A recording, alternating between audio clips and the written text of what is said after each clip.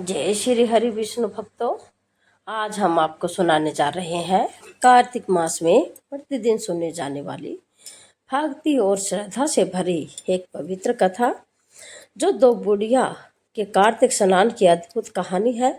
यह कथा हमें सिखाती है कि सच्ची भक्ति और निष्ठा के सामने छल, ईर्ष्या और स्वार्थ टिक नहीं सकते। तो आइए श्रद्धा और भक्ति भाव से सुनते रहे। यह पुण्यदायिनी कथा है। एक गांव में एक बुढ़िया रहती थी, जिसका एक बेटा था। बुढ़िया बहुत ही संस्कारी, नियम कर्म वाली और पूजा पाठ में लीन रहने वाली थी। हर वर्ष वह कार्तिक मास में स्नान करती तो तुलसी जी को सींचती, गणेश जी, माता लक्ष्मी और भगवान विष्णु की पूजा करती और कथा कहानी कहती। उसकी श्रद्धा और सच्चे कर्मों के कारण उसके घर में किसी चीज की कोई कमी नहीं थी। धीरे धीरे उसका बेटा बड़ा हुआ और बुढ़िया ने उसके योग्य एक लड़की देखकर विवाह कर दिया। लेकिन जैसा कि कहते हैं, जिसके भाग्य में संस्कार न हो उसे कोई नहीं सिखा सकता। वह बहू अपनी सास के पूजा पाठ से चिढ़ती थी। उसे सास की भक्ति और भगवान की आराधना बिल्कुल पसंद नहीं थी। मगर बेटा बहुत ही आज्ञाकारी और श्रवण कुमार जैसा पुत्र था।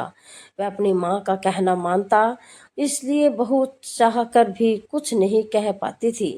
बेटा मेहनत से कमाता था, घर का खर्चा अच्छे से चलाता था और बुढ़िया अपने हिसाब से दान पुण्य भी करती थी। इसी कारण उसके घर में समृद्धि थी। बुढ़िया अपने बेटे से बड़ी खुश थी, क्योंकि उसे लगता था कि बेटा धर्म परायण और अपनी माँ की सेवा में तत्पर है। धीरे धीरे समय बीतता गया और कार्तिक मास का पावन महीना आ पहुंचा। सास ने अपने बेटे से कहा, बेटा मैं हर साल की तरह इस बार भी कार्तिक स्नान करूंगी। बेटा बोला, माँ अवश्य, आराम से गंगा स्नान कर लेना। अब बुढ़िया माई रोज कार्तिक स्नान के लिए जाने लगी। कुछ समय बाद घर में पोते की किलकारियां गूंजने लगी। बुढ़िया अत्यंत प्रसन्न थी कि उसका घर परिवार पूर्ण हो गया है और अब उसे प्रभु भक्ति में जीवन व्यतीत करना चाहिए। तो एक दिन वह अपने बेटे से बोली, बेटा अब मैं हरिद्वार जाना चाहती हूँ, मुझे चातुर्मास का स्नान करना है। बेटा बोला, ठीक है माँ, मैं तुम्हारे हरिद्वार छोड़ आऊँगा और जो भी आवश्यकता होगी वह सब साथ ले चलेंगे। फिर उसने अपनी पत्नी से कहा, सुनो भाग्यवान, मेरी माँ के लिए गोंद और गिरी के लड्डू बना दो। अच्छा सा घी डालना, माँ 1 महीने के लिए जा रही है। यह सुनते ही बहू के मन में ईर्ष्या और कुटिलता जाग उठी। वह सोचने लगी कि मैं अपनी सास के लिए इतने अच्छे लड्डू क्यों बनाऊं, क्यों न अपनी माँ के लिए ही बना दूं। उसने अपनी माँ के लिए अच्छे गोंद गिरी के लड्डू बना दिए और सास के लिए आटा भूनकर उसमें नमक और थोड़ी मिट्टी मिला दी, ताकि बुढ़िया उसे उन्हें खा ही न सके। वे लड्डू उसके एक डिब्बे में भरकर अपनी सास को दे दिए। अगले दिन बेटा बोला, चलो माँ, मैं तुम्हें हरिद्वार छोड़ आता हूँ। माँ बेटा खुशी खुशी निकल पड़े। तो हरिद्वार पहुंचकर बुढ़िया ने गंगा स्नान किया और वही चातुर्मास स्नान की तैयारी करने लगी। वह बोली, बेटा गंगा स्नान और कार्तिक मास का बड़ा महत्व है। जो भी इस महीने श्रद्धा से कार्तिक स्नान करता है उसके जीवन सुधर जाते हैं, उसके घर में कभी दरिद्रता नहीं आती। इस प्रकार बुढ़िया का हृदय भक्ति और विश्वास से भर उठा। उसे क्या पता था कि जिन लड्डुओं को वह प्रसाद समझकर साथ लाई है उनमें बहू ने छल मिलाया है। परंतु भक्त की सच्ची भावना को भगवान भी पहचानते हैं। बड़ा प्रसन्न हुआ कि माँ, यह तो मेरे अच्छे कर्म है कि मैं अपनी माँ को तीर्थ यात्रा कराने जा रहा हूँ। वह अपनी माँ को लेकर गंगा स्नान के लिए हरिद्वार पहुँच गया। वहाँ जाकर उसके अपनी माँ के लिए एक छोटी सी झोपड़ी बना दी और जो भी जरूरत का सामान था वह सब रख दिया। बेटा बोला, माँ 1 महीने बाद मैं तुम्हें लेने आऊँगा, तब तक तुम अपना कार्तिक स्नान और पूजा भक्ति भावना से करती रहना। माँ बोली, जाओ बेटा, खुश रहो, दूधो ना हो पुतो फलो। ऐसा बेटा पाकर हम हर माँ धन्य हो जाती है। इतना कहकर बेटा पड़ोसियों से कह गया, मेरी माँ का ध्यान रखना, और घर लौट आया, क्योंकि घर का सारा काम वही संभालता था। माँ भी यह चाहती थी, इसलिए वह 1 महीने के लिए हरिद्वार में रुक गई। अब बुढ़िया माई हरिद्वार में रहकर प्रतिदिन कार्तिक स्नान करने लगी। वह प्रातः 4 बजे उठती, गंगा स्नान करती, तुलसी जी को सींचती, पीपल और पथवारी की पूजा करती। फिर कार्तिक कथा, गणपति जी, विष्णु भगवान और माता लक्ष्मी की कहानी कहती। दिन भर अपने काम निपटाकर सायंकाल में आसपास के लोगों को बुलाकर भगवत चर्चा किया करती थी। सब लोग उससे प्रसन्न रहते थे क्योंकि वह सबके मन में भक्ति और शांति भर देती थी। धीरे धीरे समय बीतने लगा। एक दिन बुढ़िया माई ने वह डिब्बा खोला जिसमें उसकी बहू ने लड्डू दिए थे। जब उसने लड्डू देखे तो वे एकदम अच्छे, गोंद गिरी और मेवे वाले निकले।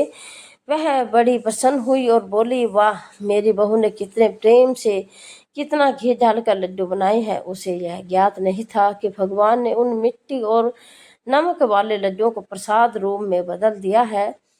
अब वह अपने बेटे बहू का दिल से आशीर्वाद देने लगी कि भगवान इन्हें सदा सुखी रखे। इसी तरह दिन बीतते गए और कार्तिक मास के केवल 4 दिन शेष रह गए।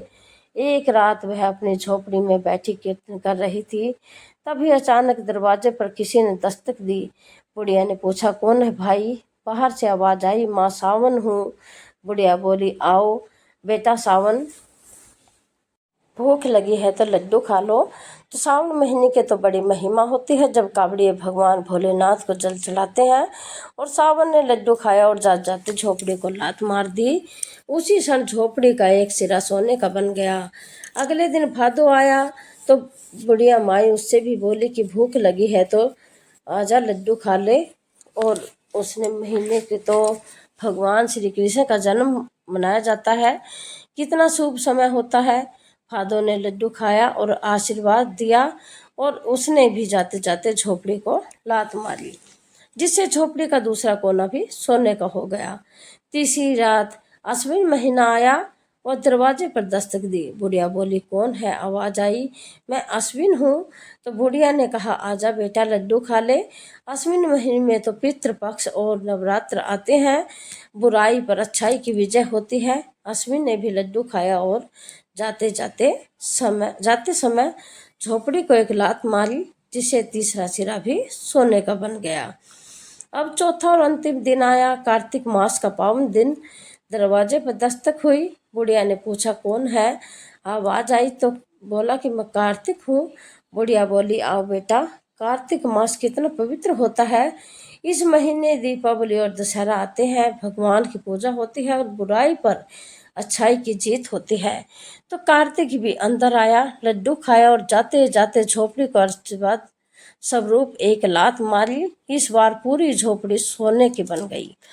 तो भगवान की कृपा से वह बुढ़िया माई धन्य हो गई, क्योंकि उसके सच्चे ईमान, श्रद्धा और भक्ति ने सब असंभव को संभव कर दिया था। तो लोगों का यह जन्म तो सुधर ही जाता है, परंतु जो व्यक्ति कार्तिक स्नान करता है उसका परलोक भी सुधर जाता है। कार्तिक मास में गंगा स्नान करने से जीवन में धन, सुख और सौभाग्य का आगमन होता है। घरों में अन्न धन के भंडार भर जाते हैं। हर ओर समृद्धि आती है। धनतेरस, गोवर्धन और दीपावली जैसी पावन तिथियां खुशियां लेकर आती हैं। अब जब कार्तिक भगवान स्वयं बुढ़िया माई के द्वार पर आए तो उसने उन्हें प्रेम पूर्वक एक लड्डू दिया। तो कार्तिक भगवान ने लड्डू खाया और प्रसन्न होकर बुढ़िया की झोपड़ी को आशीर्वाद स्वरूप एक लात मारी, जिससे पूरी झोपड़ी सोने की बन गई। यह देखकर बुढ़िया माई का हृदय कृतज्ञता से भर गया। कार्तिक स्नान का महीना पूरा होने पर उसने ब्राह्मणों को स्नेह पूर्वक भोजन करवाया, खूब दान पुण्य किया, क्योंकि अब उसकी झोपड़ी सोने की हो गई थी और अन्न धन का ढेर लग गया था। उसी समय उसका बेटा भी सोचने लगा कि वह 1 महीना बीत गया है, माँ को लेने चलना चाहिए। वह पालकी सजाकर हरिद्वार पहुंचा। जब उसने देखा तो जहाँ उसकी माँ के लिए फूस की झोपड़ी बनाई थी वहाँ अब एक सुंदर महल खड़ा था। आश्चर्यचकित होकर उसने पड़ोसी से पूछा, यहाँ तो मैंने अपनी माँ को छोड़ा था, वह कहाँ गई? अब पड़ोसी बोले, अरे यह तो तेरी माँ की झोपड़ी है। तेरी माँ इतनी धार्मिक और पुण्यात्मा है कि भगवान की कृपा से उसकी झोपड़ी सोने की बन गई है। यह सुनकर बेटे की खुशी का कोई ठिकाना नहीं रहा। वह दौड़कर अंदर गया, माँ के चरणों में गिर पड़ा और माँ ने उसे गले लगाकर आशीर्वाद की झड़ी लगा दी। सदा सुखी रहो बेटा, दूधो नहाओ पोतो फलो। बेटा बोला, माँ अब कार्तिक स्नान पूरा हो गया, घर चलो। माँ ने कहा, ठीक है बेटा।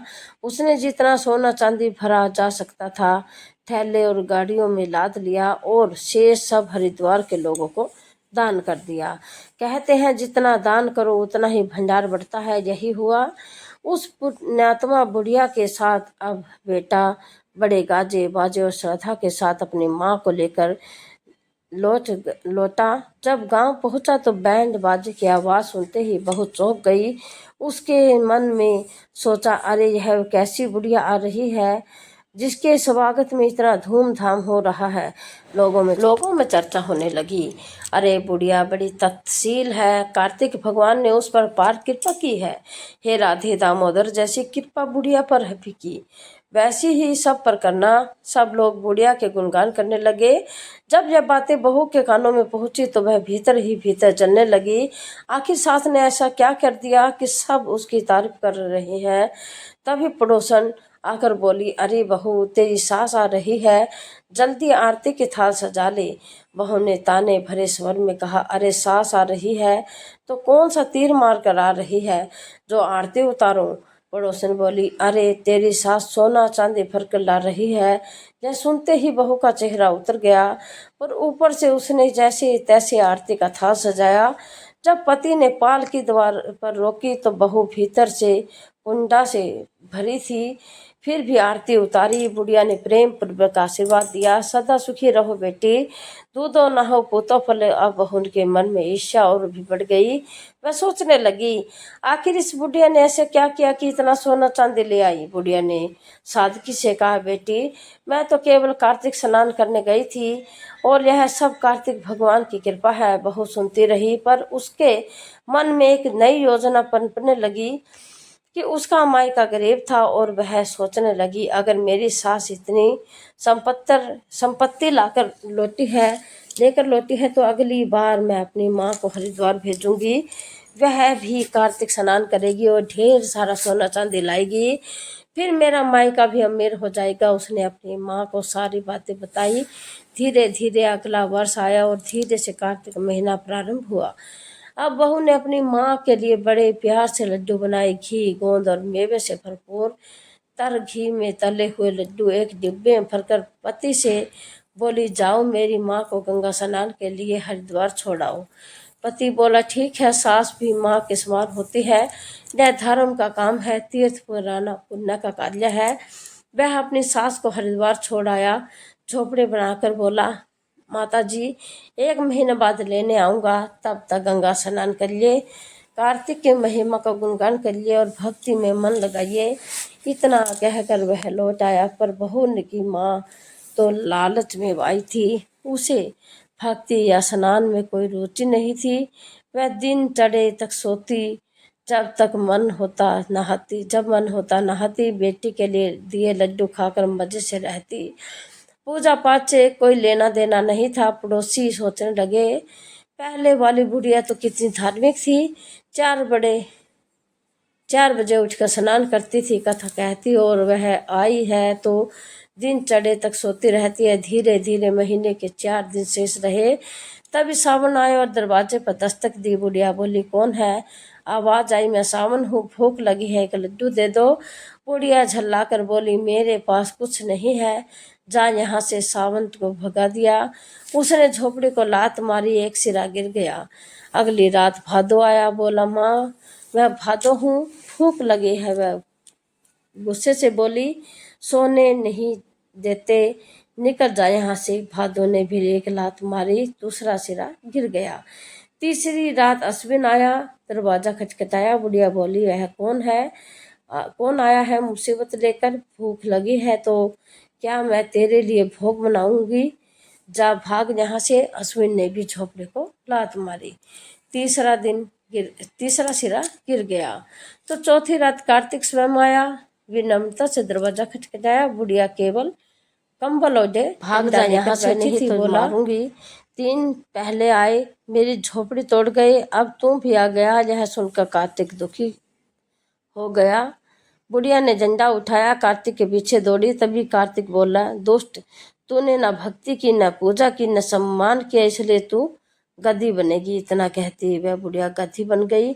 सुबह जब लोगों ने देखा तो झोपड़ी टूटी पड़ी थी और अंदर एक गधी बैठी थी। कार्तिक मास समाप्त हो गया और जब बेटा अपनी सास को लेने हरिद्वार पहुंचा तो पड़ोसी बोले, अरे यह रही तेरी सास। वह बोला, क्या मजाक कर रहे हो, यह तो गधी है। तब उन्होंने कहा, हाँ, यही मेरी सास है। जिसने पूजा पाठ नहीं किया वही इस रूप में परिणत हुई। इस प्रकार कार्तिक मास की सच्ची महिमा यह सिखाती है कि केवल नाम मात्र का व्रत नहीं, बल्कि श्रद्धा, भक्ति और सच्चे मन से किया गया कर्म ही मनुष्य को श्रवण समान बनाता है। तुम्हारी माँ तो हम लोगों को भी जगा दिया करती थी, सबको कथा कहानी सुनाया करती थी, पूजा पाठ के नियम समझाया करती थी और कितना अच्छा ज्ञान हमें देती थी। लेकिन अब की बार तो जो यह बुढ़िया आई है उससे तो पूछे ही मत। पता नहीं 12-1 बजे तक सोती, दोपहर में स्नान करती, मन में आया तो कर लिया, नहीं आया तो कोई बात नहीं। झोपड़ी में पड़ी पड़ी सोती रहती, न कोई साफ सफाई न कुछ, कितनी मलिन अवस्था के साथ रहती थी। अब जो बेचारा बेटा था बुढ़िया का क्या करता। उसने उस गधी के गले में एक रस्सा डाला, उसे लेकर चल दिया। घर पर जो बहू थी वह बड़ी खुश हो रही थी कि आज तो मेरी माँ आएगी, तो माँ धन के बोरे भर कर लाएगी। सुबह से ही 56 प्रकार के भोग बना डाले थे। सोचा अपनी माँ को यह खिलाएगी। आरती का थाल सजा लिया, लेकिन सोचने लगी अब तक बैंड बाजा की आवाज़ नहीं आ रही, अपने पति को बताऊंगी। मन में सोचने लगी, अपनी माँ को तो मैं बैंड बाजे से लाया था, लेकिन यह तो मेरी माँ है ना, ला रहा होगा। चुपचाप बुढ़िया का बेटा घर पर आया। इस तरह की बातें सोचने लगी। जब बेटा घर पहुंचा तो दरवाजा खटखटाया। बहू समझ गई मेरी माँ आई है, तो आरती का थाल लेकर दौड़ी। दरवाजा खोला, देखा उसका पति एक गधी को लेकर खड़ा है। वह गुस्से में बोल रही, मेरी माँ कहाँ है, मेरी माँ तो को तुम बैंड बाजे के साथ क्यों नहीं हिलाई, मुझे भी अपनी माँ की आरती करनी है। बेटा बोला, हाँ, तो गुस्सा क्यों कर रही हो, कर लो आरती। अरे यह तेरी माँ ही तो है। बहू बोली, मजाक मत करो, तुम मेरी माँ के साथ ऐसा कैसे बोल सकते हो, मेरी माँ कोई गधी है, गधी को मेरी माँ बना रहे हो। बेटा बोला, मैं तो कुछ नहीं कह रहा, जैसा कर्म वैसा फल आता है, यह तुम्हारी माँ है, कोई और नहीं। अब गधी भी अपनी भाषा में बताने लगी, मैं ही तेरी माँ हूँ।